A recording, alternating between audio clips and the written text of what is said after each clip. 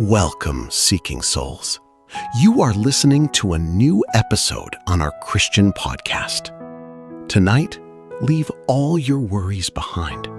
Let this become a soothing Christian sleep story for you, or a gentle Christian bedtime story to help you rest. This is a deeply inspirational religious story. Many of you seek Christian audiobooks full of peace. You look for a 30-minute Christian story to end your day. This 30-minute audio story was made just for you. Tonight, we will explore a profound Jesus story. It is called The Carpenter's Tools. The heavy wooden door closed shut. The latch fell with a soft click. The Nazareth workshop sank into silence. The sunset slowly faded away. The last rays of light beamed through the window. Dust danced quietly in the air. The scent of cedar and oak filled the room. The great Master Carpenter had left for the day.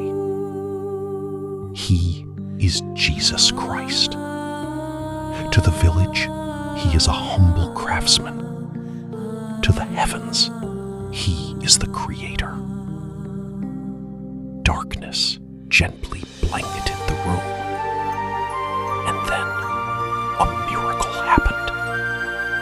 This Christian parable began to awaken.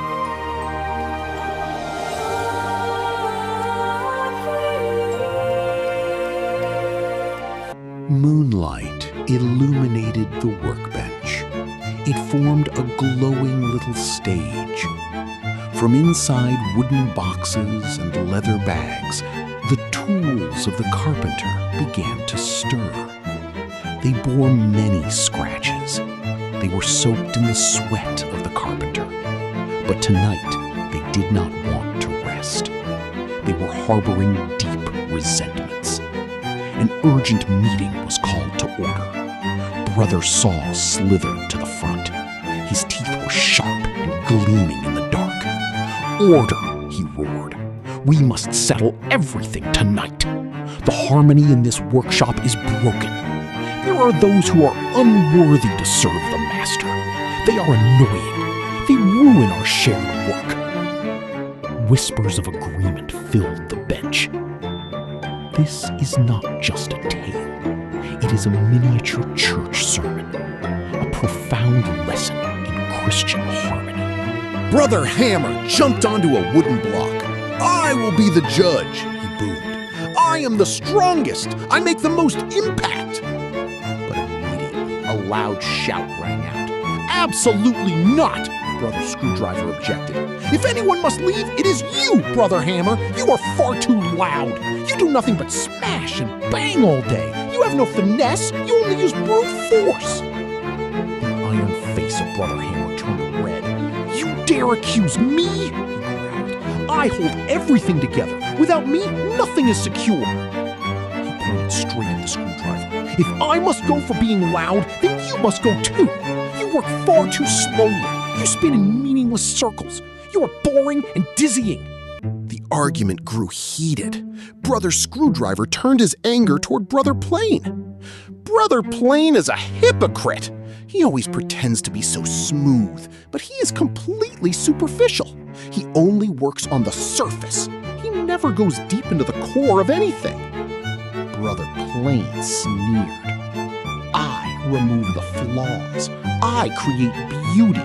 If not for me, everything would be full of splinters." Then Brother Plain pointed at Brother Sandpaper. "What about him?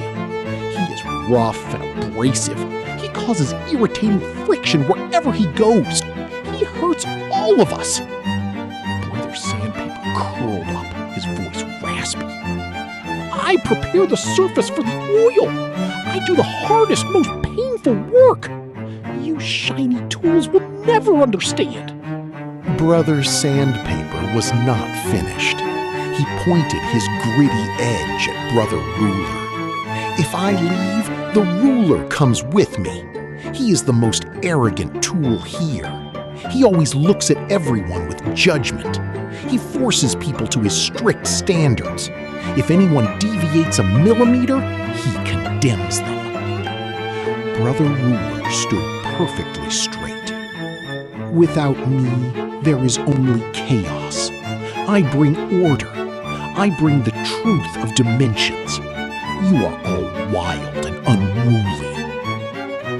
The Jesus workshop erupted in deafening noise. Hammers banged, saws screeched, sandpaper scratched. This is a vivid religious parable, a classic example of division. They had forgotten their true purpose. Suddenly, a golden ray pierced the window. Dawn had awakened in Nazareth.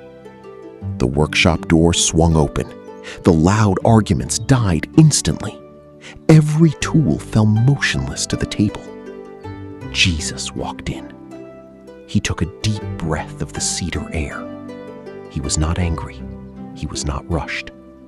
He put on his familiar leather apron. Today, he had a very special project. A poor family needed a dining table, a place to break bread and give thanks.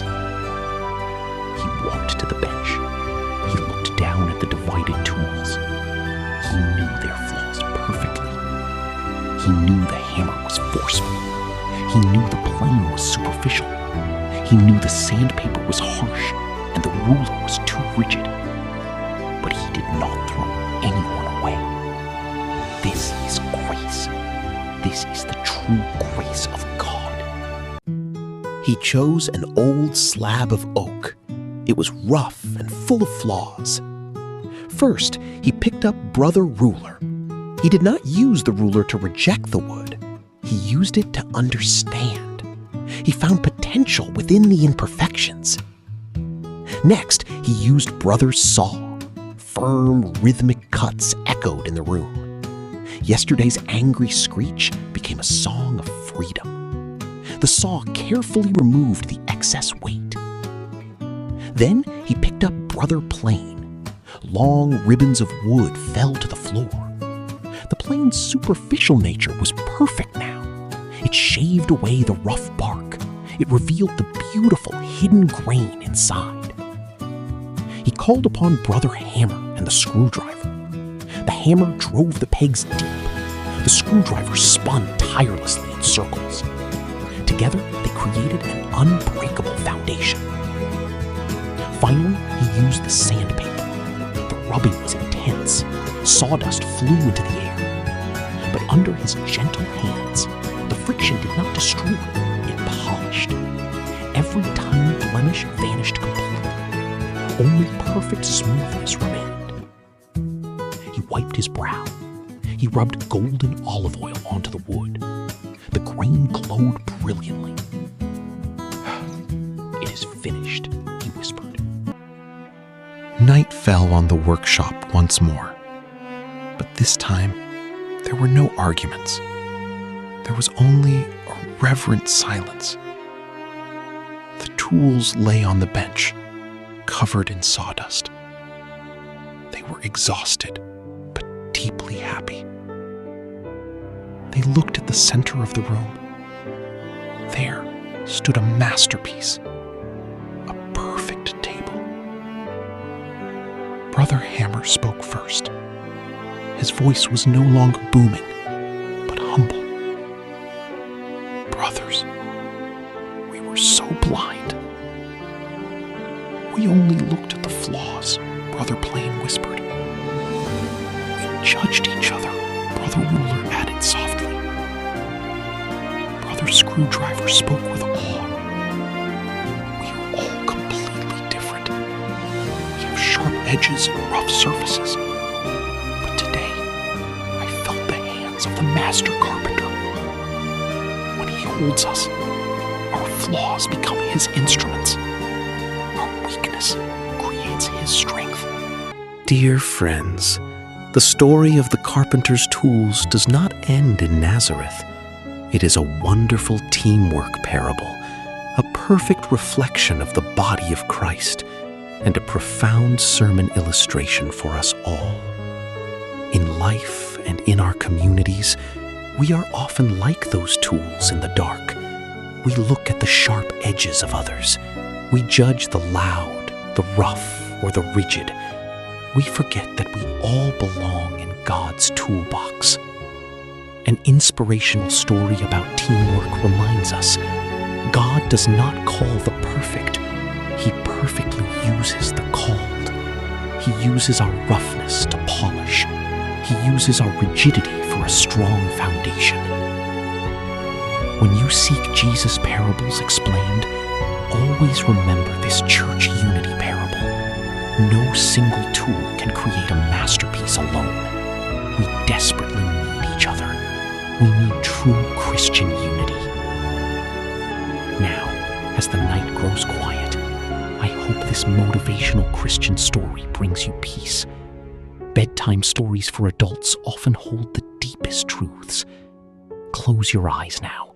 Let the hands of the Master Carpenter hold you. Let him turn your brokenness into a masterpiece. Thank you for listening to this meaningful Christian story.